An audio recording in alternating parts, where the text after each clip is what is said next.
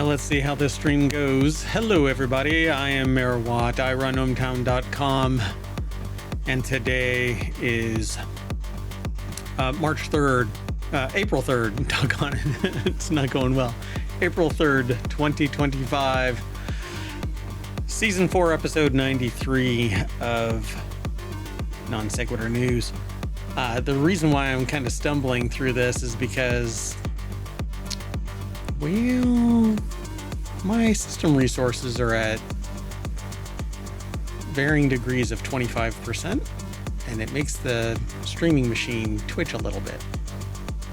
Not my gaming machine. Anyway, inside baseball. Let's get into it. Today we're going to talk about 10 articles. I'm going to turn this down.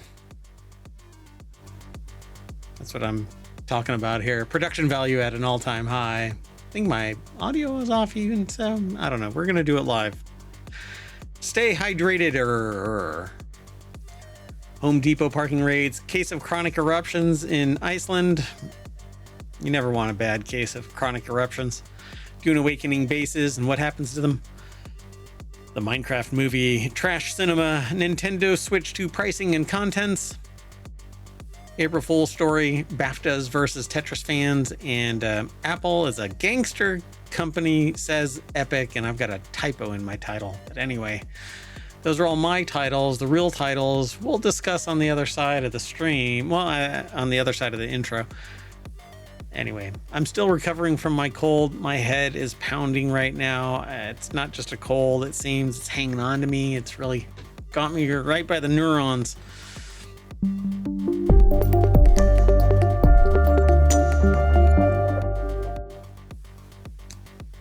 So in Microsoft's infinite wisdom, it's forcing an update of some BS.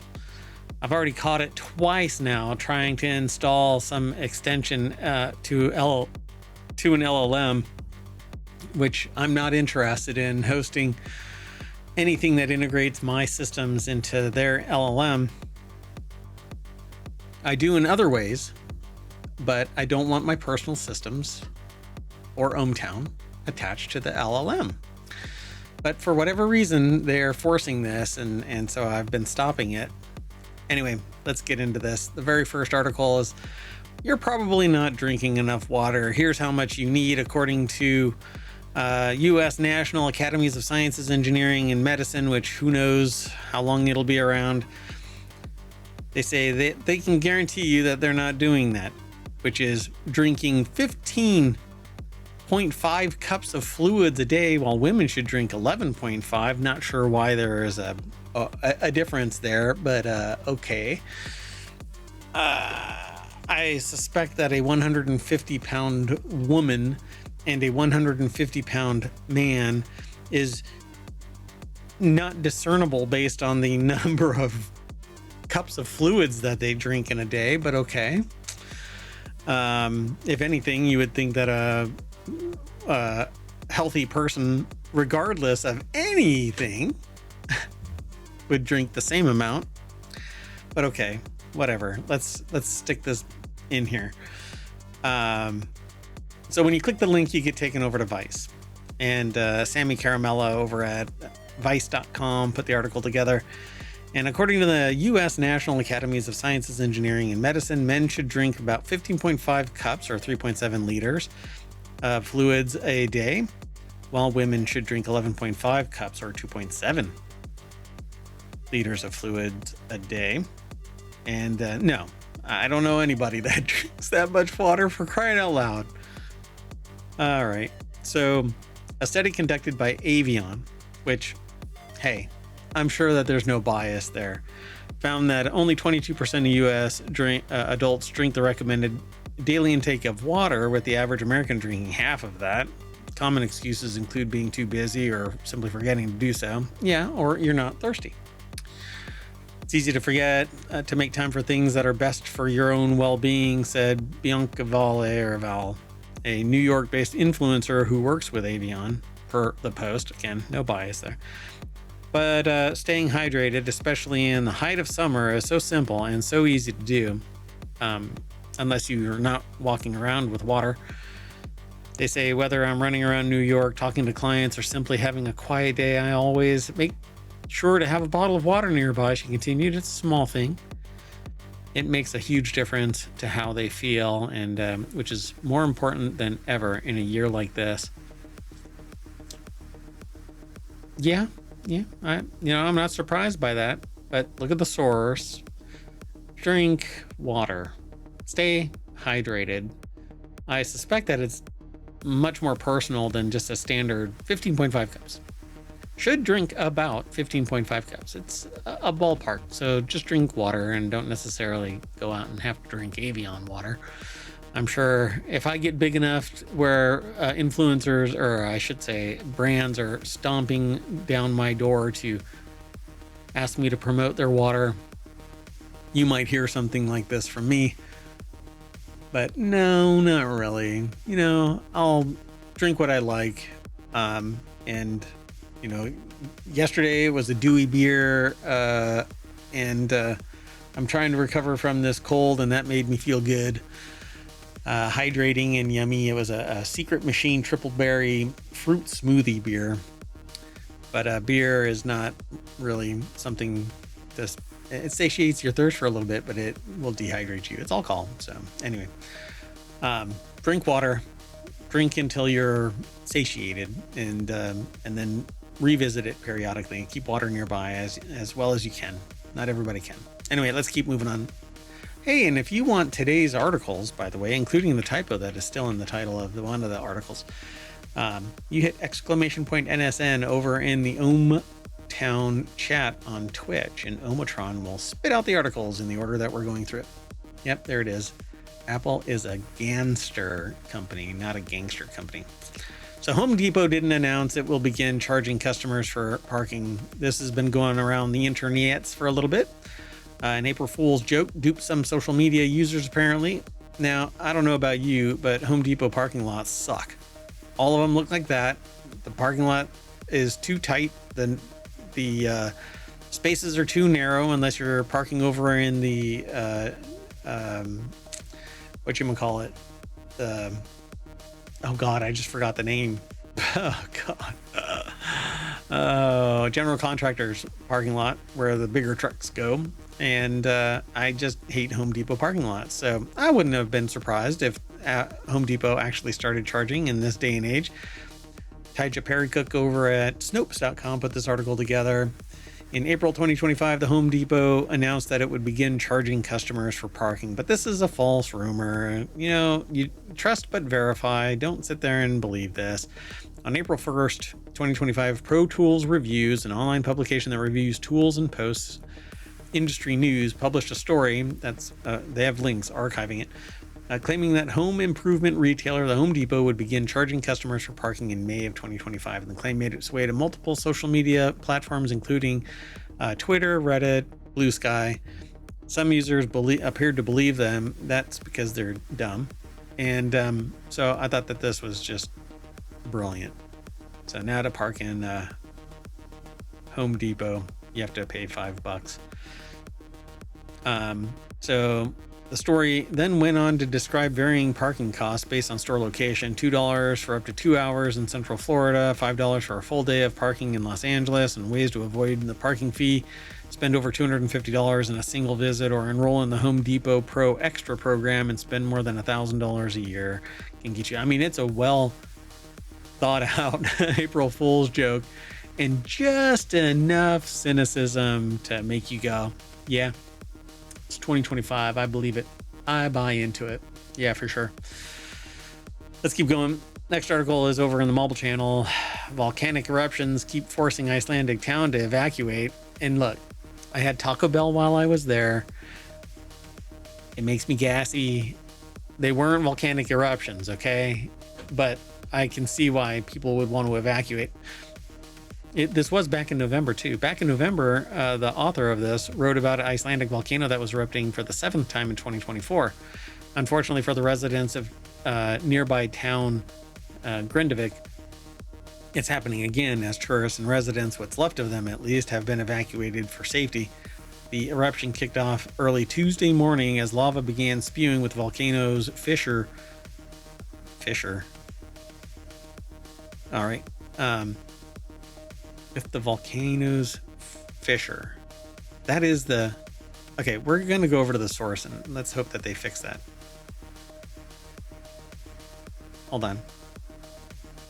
Yeah, that fissure, it's not, that's not how you spell it. Anyway, having grown to about 0.75 miles long, Iceland does this really cool thing with the lava flows. After they cool, they use bulldozers and they build channels and walls, dams, and to guide follow-on lava flows into a particular direction away from civilization.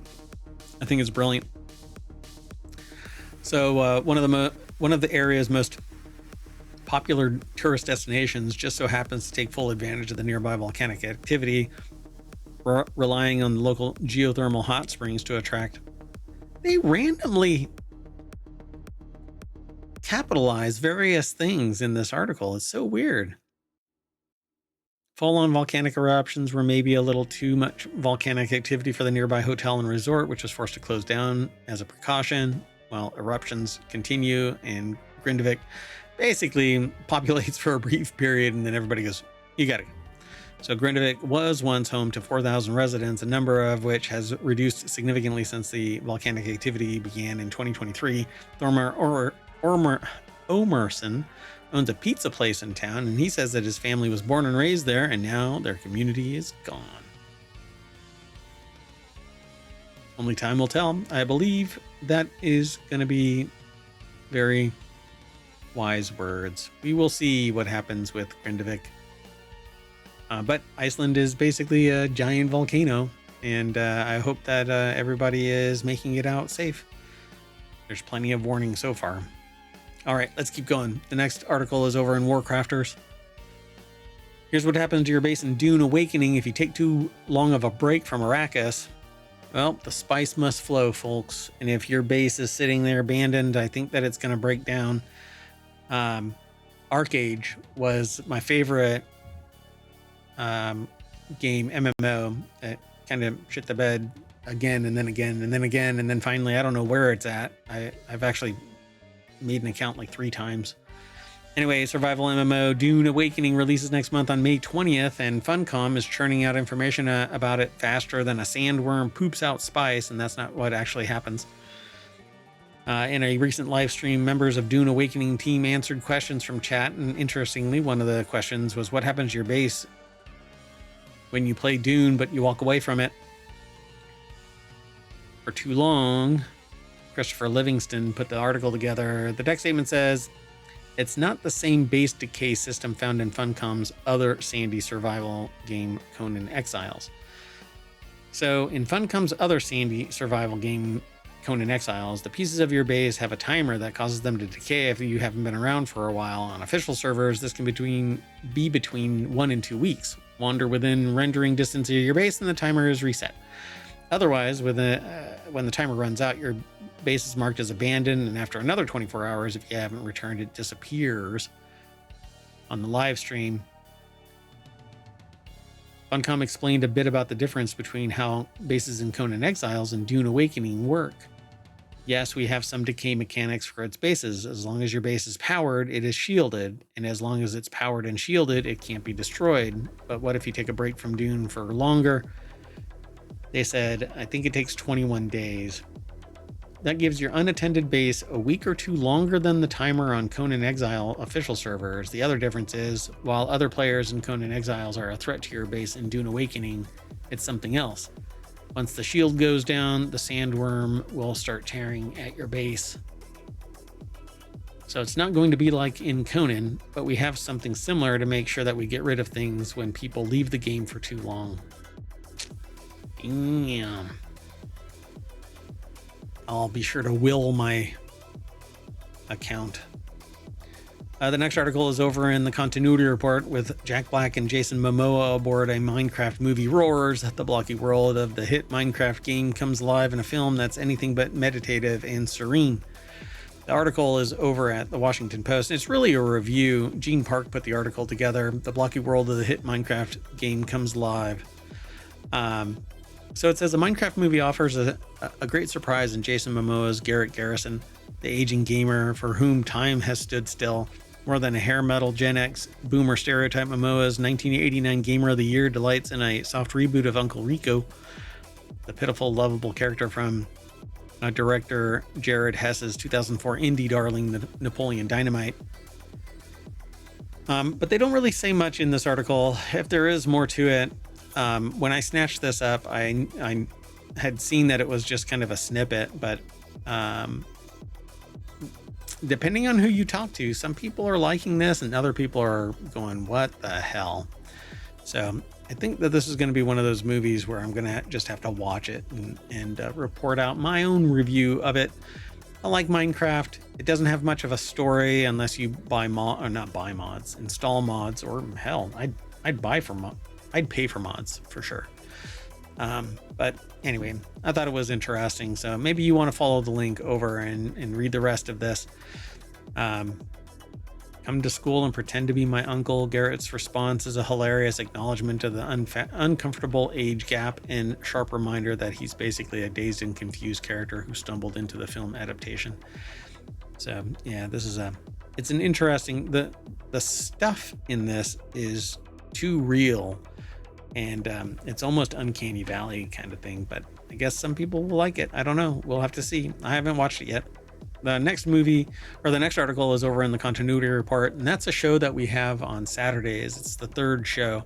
So we have Reality Hacker, then Wanted, and then the Continuity Report. So Reality Hacker is about augmented reality, VR, XR, basically hacking reality with either tech, science, or whatever.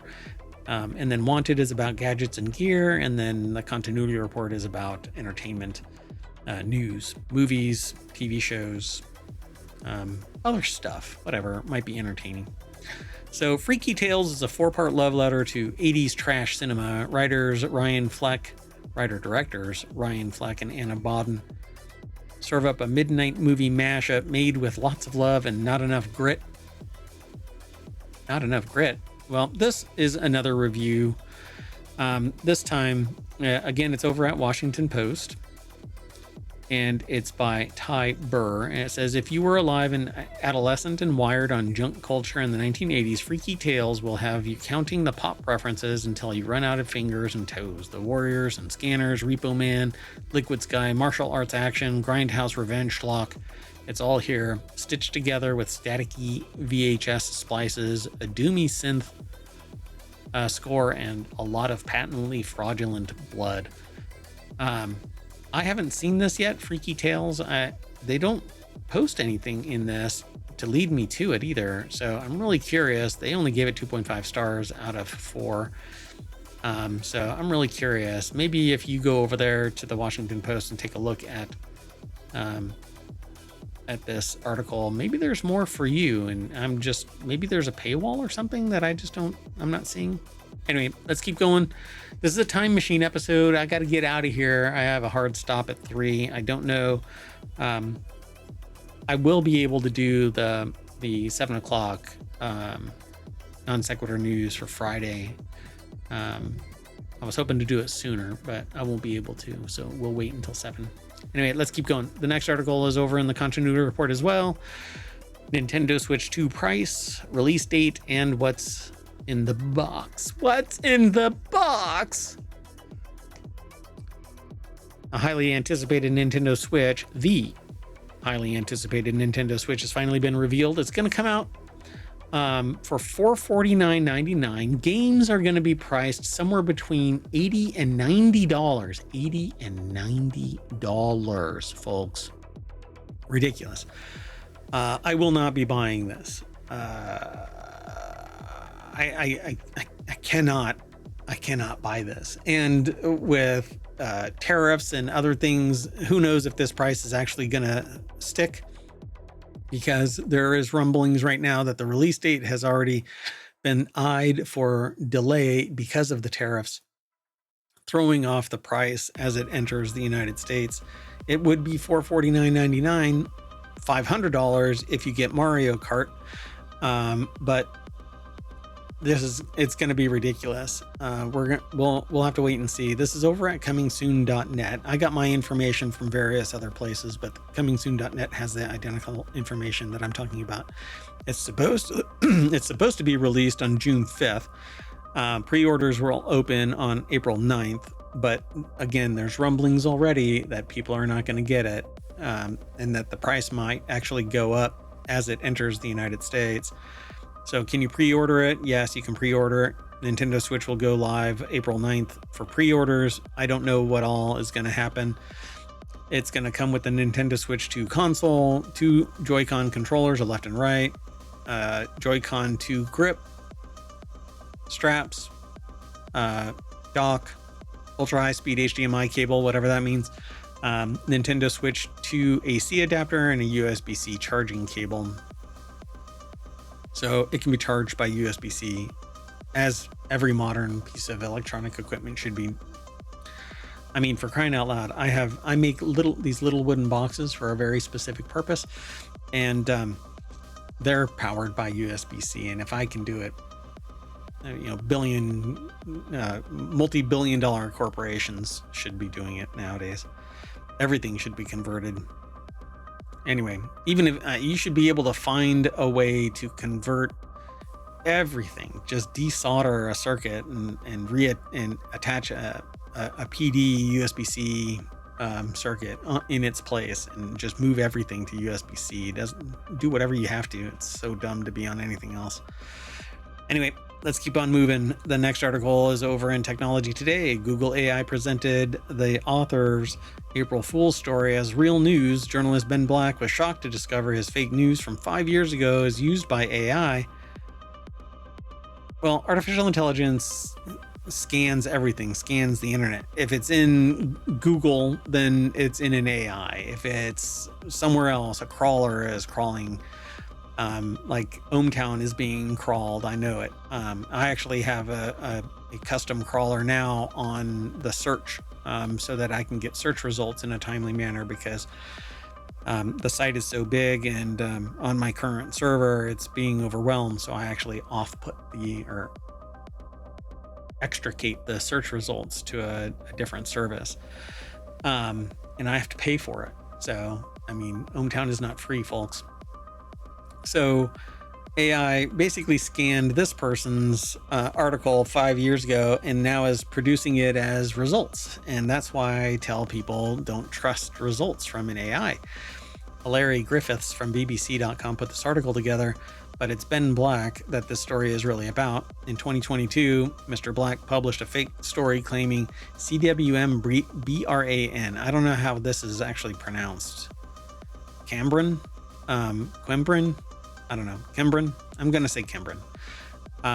Had been recognized by the Guinness World Records for having the most roundabouts per square kilometer. Well, despite the wording of that article, when they searched for it on April, they were shocked to find out that Google actually output that, yeah, it was seemingly that when I did the same search looking for the most roundabouts per square kilometer, I got 2 different results depending on my verbiage. One was this, claiming that it was, but there was a wiggle word in there, right, in the results. But the concept for a story had come from Cambrin, which I don't know how to pronounce it, I'm sorry. Being a new town where often linking houses with roundabouts is the easiest way to build. They came up with a number for the roundabouts per square kilometer and added a fake quote from a resident and clicked publish, and it went viral. But then they did a search recently on April Fool's this year, and it had spit out that it says here, the Welsh town of Cambrin reportedly has the world's highest concentration of roundabouts, which isn't fact, it's reportedly. And reportedly means people have reported it as. And if a multitude of people manifest a lie, then the lie persists. Look at society. if a plurality of people believe something to be true, it is true until those who believe are educated beyond doubt. And so that is basically what we have to deal with AI. If AI scoops up something and it is verified by the internal machinations of the LLM chewing on various bits of data to give credence to various statements, then you get this. And I'd have to go back and look at the actual article, but I'm willing to bet that the term report or reportedly is used in the publication of the Welsh town being the highest number of roundabouts per kilometer, with a random number and blah, blah, blah. And even making references to this. And so when it comes across as fact, it doesn't know anything and it doesn't understand satire. That is going to be our downfall with AI in general, sarcasm, satire, humor in general, etc. They're going to treat The Onion as fact-based just as much as Snopes, except that Snopes debunks and The Onion is satirical. Well, it's satirical until it's not. Again, look around. Anyway, I find it fascinating, and I'm not really dismayed, but then again, I don't trust AI. The only AI I trust is the sentient AI that helps me with Hometown nearly every day. It's been a rough week. Anyway, and up until today, this is the first day where I can take a deep breath without nearly dying. Anyway, let's keep going. The next article is over in WarCrafters. The BAFTAs declares Shenmue and a game that came out 2 months ago more influential than Tetris and expects us all to go along with that. That's what is written at this article over at PC Gamer. But let's keep going. A couple months back, the British Academy Film Awards, or BAFTAs, more or less the British Oscars, got bored of figuring out which things were good by itself. Instead, it decided to ask you, the humble gaming public, to divine the most influential game of all time. And oh boy, you've really made a hash of that. In results announced today, the BAFTAs declared with an entirely straight face that Yu Suzuki's 1999 Dreamcast Opus is the most influential video game ever made, according to the results of the poll. The Academy calls Shenmue a pioneer for open world gameplay. The article is over at pcgamer.com by Joshua Wollens, and the deck statement says, a lot of forklift fans in the house tonight. So yeah, it says, a pioneer for open world gameplay and laid a roadmap that others continued on in the years that followed, and credits / blames it for popularizing the use of quick time events in games that came after. None of which, the author says, is necessarily untrue, but the game bringing up the rear in second place and is literally Doom. And even if you're absolutely bonzo dog doodah nuts for forklift simulators and characters who say things like, years ago I was Chinese, I still don't think you can credit Shenmue with greater and longer lasting influence than the game that codified the FPS as a genre. And so I don't know about it, where Tetris comes into this, but there's more. And then they end up talking about the BAFTA most influenced list is Shenmue and then Doom, which I would say is FPS, basically kickstarting FPS. Super Mario Brothers, Half-Life, The Legend of Zelda, Ocarina of Time. The most influential, hold on, let me read this again. Most influential game, right? Video game ever. On this list, I would probably say everything is more influential than Shenmue. Everything. Obviously this was gamed. Anyway, what's your opinion on this? Why don't you leave a comment down below this video over on YouTube, because there are no comments on Twitch except in chat. And since this is a time machine episode, I think all the comments are going to be either in the Discord or over on YouTube. So go check it out. Anyway, I'm going to move on. I have a very limited time frame because I got to get out of here. Mayoral duties, baby. So the next article is over in our last article for the April 3rd, 2025 episode is over in Smack Talk. And if you didn't catch that, it's all about Mac, Apple stuff and relationships with other platforms, blah, blah. So Apple is a gangster company which finds crime pays, says Epic Games CEO. Now, I fall in line with the 9to5 Mac crew, so I'll probably never be sponsored by Epic, but here we go.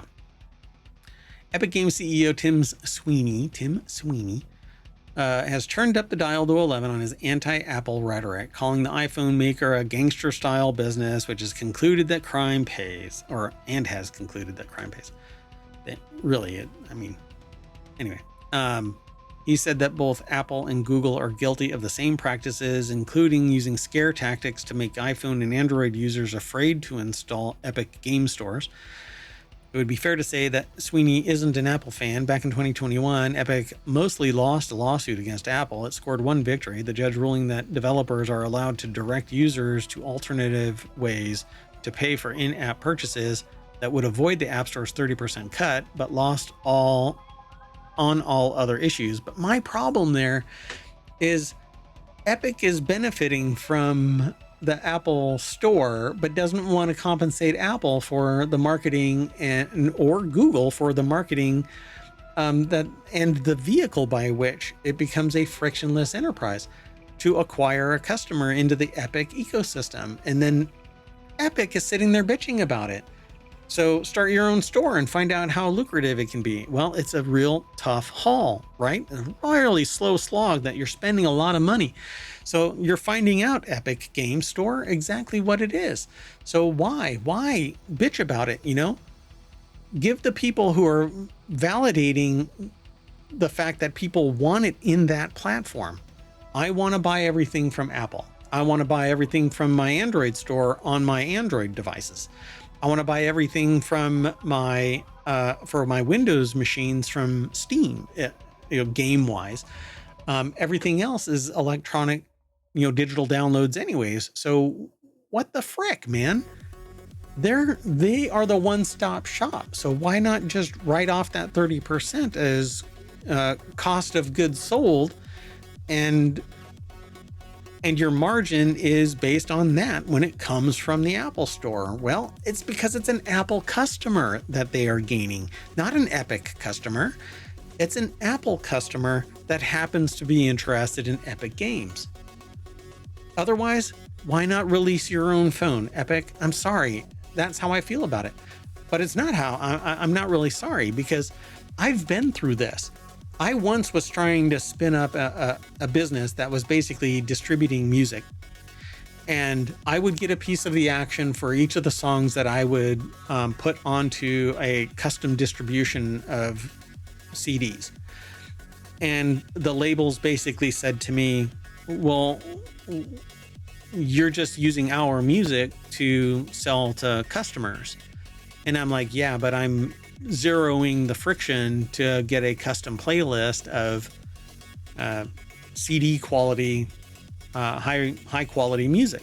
And they said no. They said customers will find a different way. They'll buy the entire albums. And I'm like, all right. So, but in this case, it would be Epic. Epic is sitting there going, we want to sell to all of the Apple and Android customers, but we don't want to give them a piece of the action. And I was actually telling them, the labels, like, hey, you'll get a piece of the action, but I want a piece of the action for providing the service. It's a value add. And they said no. And that's what this is. Epic is saying they want to be able to sell directly, and they don't want me to make any money, right? They don't want Apple to make any money. They don't want Android to make any money. They want to utilize the platform, but not benefit the very platform that they're marketing through, that they're reaching customers through. And it's just like Steam and other platforms. that take a piece of the action, but zero the friction to reaching a customer. Try and sell a game strictly online, not using other vehicles where you have to pay to play, and see how far you get. Believe me, I have been around the block. Okay. I wasn't,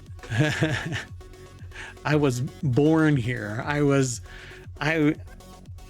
As the internet became the internet, I was here, and I will probably die here. And let me tell you, the one thing holds true: you are not an island unto yourself, and you need to facilitate those who help you facilitate your success. You facilitate their success. So giving 30%, it doesn't matter, because after everything is paid for, the rest is juice. You know, it doesn't just keep on diminishing little bit by little bit. At some point, everything is paid off and it's nothing but juice. Get it out there fast, get people purchasing your stuff, and everything after is juice. That 70%, I guarantee you, is all juice. There's no way that somebody is still in the red if they're selling, you know, a quality product on Apple and Google. And if it's coming out of Epic, for crying out loud, man, the margin can't be so tight that 30% is impacting you. It's an unlimited resource of distribution. Nobody is going out and harvesting a tree, and you know, it's a 10,000-year-old tree and there's only 15,000 of those trees left in existence, and you're making a very bespoke, limited little product. Countless sales can be made, and you are bitching about 30%. So I'm sorry. Wah. So Apple and Google gangster companies. In remarks reported by TechCrunch, Sweeney has gone even further while speaking at a tech conference. The sad truth is that Apple and Google no longer good faith, law-abiding companies. They're run in many ways as gangster-style businesses. No, Apple in particular is a vertical. They manufacture and produce everything. You know, they get the supplies from somebody and they have somebody build it. They're the only seller of their products. They allow some stuff to augment what they have, but you can use an Apple product all by itself. You don't have to have anything else. They opened the doors because they saw that there was a benefit, because there was a large audience that said, well, we want to make our own stuff and we want to sell it. And so they said, okay, that's great. And we want a piece of the action because you're using our platform, and we protect our platform to a greater degree, and so on and so forth, and whatever. So be a vertical, and see how many people are interested in your vertical. It doesn't work that way. Not even Android and Google are verticals. Android is given to everybody, and you can produce on it and sell into the Google store. But you're using somebody else's. Now, if I go to Epic and say, hey, you need to sell everything from Apple and Android store in the Epic store, they'll probably go, oh, okay. But that's because it's beneficial to him, to Epic, because it'll allow everybody else to come over to Epic. But I don't think that that's what's going to happen. People really want the frictionless arena of Apple and the frictionless and customizable arena or ecosystem of Google Android and the myriad suppliers of Android devices. But Epic, it wants all of it everywhere. That would be great if I actually got it everywhere. If I bought it once at Apple and I got it at Epic, sure. And Android. You buy it once and use it everywhere. If that's cool, let's do that. But I really doubt it. I won't be able to buy it at Epic and be able to use a key from Epic over on Apple and Android and Steam because everybody wants to pee on their bush. Well, that's how industry is.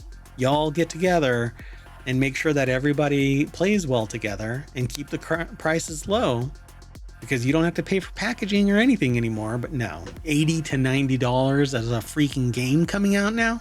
Hundreds of dollars now, $100 if you want early access by 5 days. Y'all can kiss my shiny metal butt. Anyway, top comment by Lewis Thompson, 9to5's take.